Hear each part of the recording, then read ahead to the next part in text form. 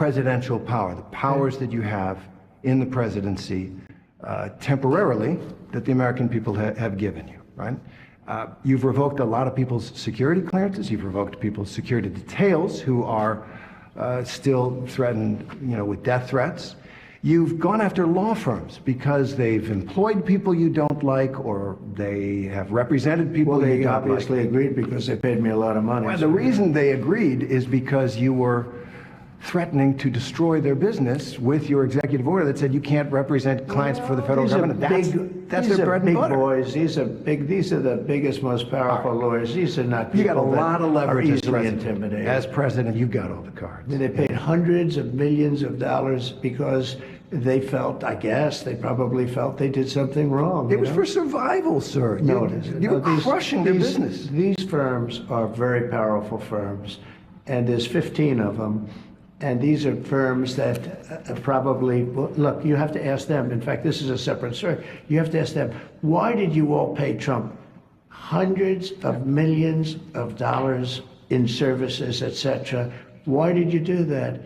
I don't know. You don't think that we have a clause in the thing that while we admit no wrongdoing, but it's like one of those things. And now I'm friendly with those firms, but it's, these are the most powerful firms in the world.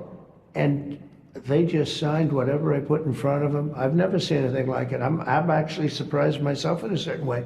But they obviously felt they probably did something wrong. I guess that's why they signed. I guess the question out of that is the concern that people have. Are you using your powers as president to get personal revenge? No, I'll tell you what you're really not asking, and you should be asking. There has never been a president in this country, in the history, that was persecuted like I was persecuted by really crooked people, dishonest, horrible people, and it's been proven. So when you say I'm treating people rough, I'm not treating people rough. I was treated worse than any president in the history of our country. And people figured, well, maybe that's it. Finally, we got, he's leaving town. There goes the helicopter. And then I came back, and I came back because I have tremendous support. When you win an election like I won it, and you will admit I won all 7 swing states, I won the popular vote, I won 2,750 districts compared to 500 districts. That's why the map is all red. And those people feel that I was treated unfairly.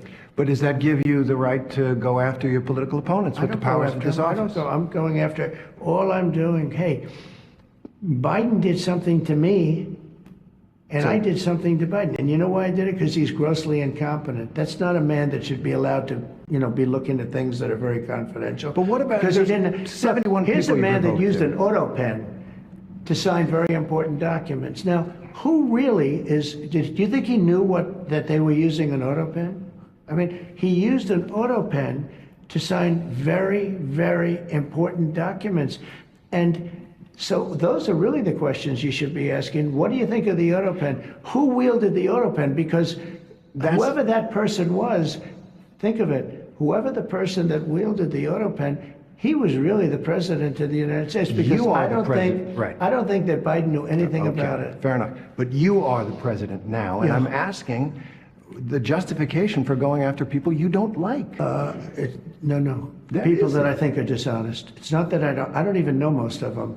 They're people that I think are dishonest. These people made you angry. No, it's not anger.